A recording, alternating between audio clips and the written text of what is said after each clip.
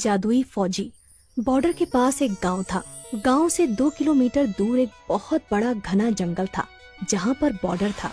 उस जंगल की रक्षा के लिए बॉर्डर पर 3 फौजियों को तैनात किया गया था। वो जंगल हजारों साल पुराना था। उस जंगल में बहुत ही खूंखार जानवर रहते थे। गांव वालों का मानना था कि जंगल की रक्षा स्वयं जंगल देवता करते हैं। वो तीनों फौजी दिन रात ड्यूटी करके बॉर्डर और जंगल की रक्षा करते थे। जंगल बहुत घना था, इसलिए हमेशा आतंकवादियों का खतरा बना रहता था। 3 फौजियों को बॉर्डर पर अलग अलग जगह तैनात किया गया था।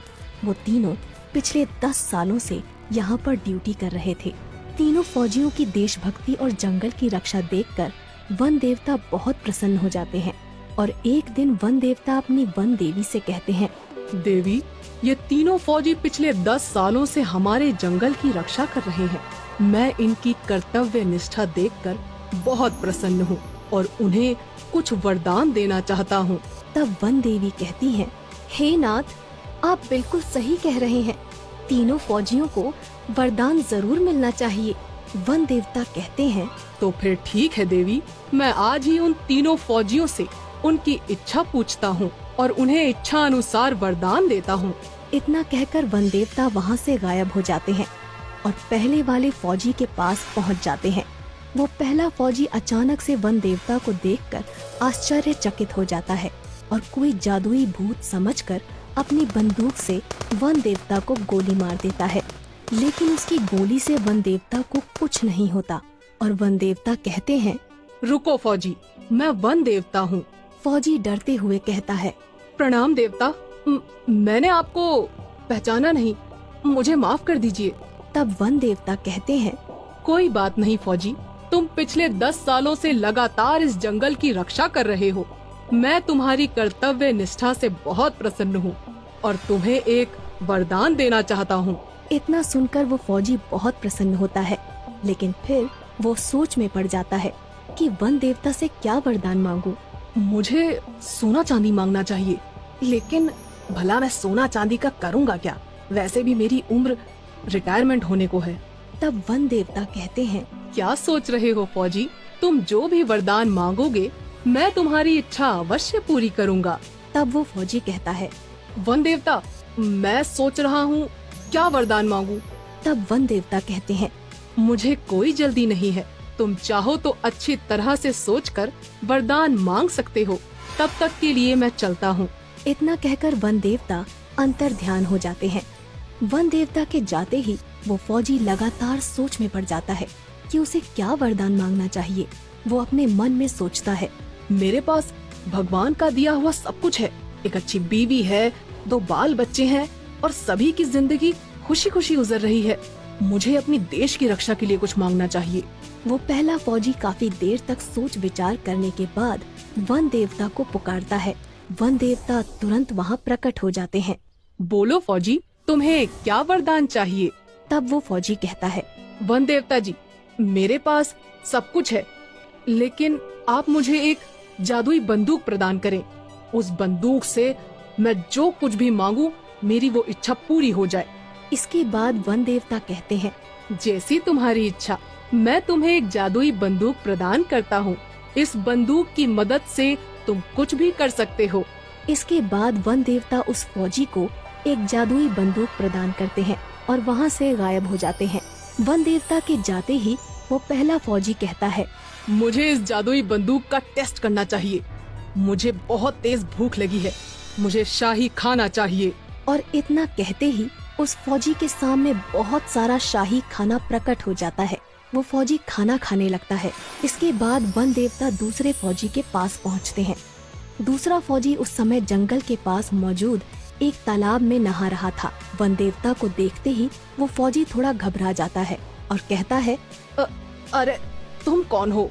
तब वन देवता कहते हैं, घबराओ मत फौजी, मैं वन देवता हूँ। तुम पिछले 10 सालों से मेरे जंगल की देखभाल कर रहे हो। मैं तुम्हारी कर्तव्य निष्ठा से बहुत प्रसन्न हुआ हूँ और तुम्हें एक वरदान देना चाहता हूँ। तब वो दूसरा फौजी पानी से बाहर आता है और वन देवता को प्रणाम करते हुए कहता है, प्रणाम वन देवता, मेरे पास एक अच्छी नौकरी है, घर परिवार है, धन संपत्ति भी है। लेकिन मैं बहुत बूढ़ा हो गया हूँ, इसलिए मेरे शरीर में अब वो ताकत नहीं रही। तब वन देवता कहते हैं, तुम हमसे क्या चाहते हो फौजी? साफ साफ बताओ। तब वो दूसरा फौजी कहता है, वन देवता, आप मुझे एक जादुई छड़ी प्रदान करें जिससे मेरी हर इच्छा पूरी हो। वन देवता अपने जादू से एक जादुई छड़ी उस फौजी को दे देते हैं और वहाँ से गायब हो जाते हैं। जादुई छड़ी पाकर दूसरा फौजी बहुत खुश होता है और जादुई छड़ी से कहता है, हे जादुई छड़ी, मुझे फिर से जवान कर दो। और इतना कहते ही वो जादुई छड़ी उस फौजी को फिर से जवान और ताकतवर बना देती है। अपने ताकतवर शरीर को देखकर वो फौजी सब कुछ भूल जाता है और अहंकार में आकर जादुई छड़ी से कहता है, जादुई छड़ी, मेरे चारों तरफ बहुत सारे आतंकवादियों को खड़ा कर दो ताकि मैं सबको मार सकूं। इतना कहते ही उस फौजी के चारों तरफ बहुत सारे आतंकवादी प्रकट हो जाते हैं।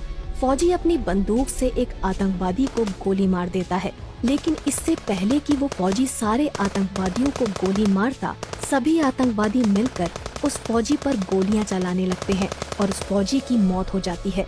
इसके बाद वन देवता तीसरे फौजी के पास पहुंच जाते हैं। इस समय तीसरा फौजी सो रहा था क्योंकि वो रात भर बॉर्डर पर ड्यूटी करता था। वन देवता उस तीसरे फौजी के सपने में आते हैं और कहते हैं, उठो फौजी, कुछ लोग जंगल में पेड़ काट रहे हैं, जाओ और जाकर उनको रोको। इतना सुनते ही वो तीसरा फौजी अचानक नींद से जाग जाता है, लेकिन उसे अपने आसपास कोई नहीं दिखाई देता। वो कहता है, कहीं मेरा सपना सच तो नहीं था, मुझे जंगल में जाकर देखना चाहिए। वो फौजी तुरंत अपनी बंदूक उठाकर अपने इलाके में छानबीन करने के लिए जंगल में निकल पड़ता है। तभी उसे सामने दो लोग पेड़ काटते हुए दिखाई देते हैं। फौजी चिल्लाकर कहता है, कौन हो तुम लोग और इस जंगल में आने की हिम्मत कैसे हुई? फौजी दौड़कर उन दोनों को पकड़ लेता है और कहता है, अगर आज के बाद तुम लोग इस जंगल में दिखाई दिए तो मैं तुम्हें पुलिस के हवाले कर दूंगा। इसके बाद वो दोनों आदमी वहाँ से भाग जाते हैं। तभी अचानक वन देवता वहाँ प्रकट हो जाते हैं। वाह फौजी वाह, तुम्हारी वजह से ये जंगल सुरक्षित है। मैं वन देवता हूँ और तुम्हारी कर्तव्य निष्ठा देखकर मैं तुम्हें एक वरदान देना चाहता हूँ। मांगो फौजी, तुम क्या मांगना चाहते हो? तीसरा फौजी थोड़ा सोच विचार करके वन देवता से कहता है, वन देवता, मैं जब भी अपनी वर्दी पहनकर बॉर्डर पे जाऊँ तो मुझे कोई देख ना पाए। मैं अपनी वर्दी पहनकर गायब हो जाऊँ। तब वन देवता कहते हैं, एक बार और सोच लो वत्स, तुम चाहो तो कुछ और भी मांग सकते हो। वो तीसरा फौजी थोड़ा अड़ियल था। वो वन देवता से यही वरदान देने को कहता है। वन देवता उसे वरदान देकर वहाँ से चले जाते हैं। अब वो फौजी जैसे ही अपनी वर्दी पहनता था, वो किसी को दिखाई नहीं देता था। तभी जंगल में वहाँ आतंकवादी आ जाते हैं, जो दूसरे फौजी ने जादुई छड़ी की मदद से प्रकट किए थे, और फौजी उन्हें देख लेता है। पर वो फौजी किसी को दिखाई नहीं देता क्योंकि उसने अपनी वर्दी पहन रखी थी। फौजी अपनी बंदूक उठाता है और एक एक करके सारे आतंकवादियों को मार देता है।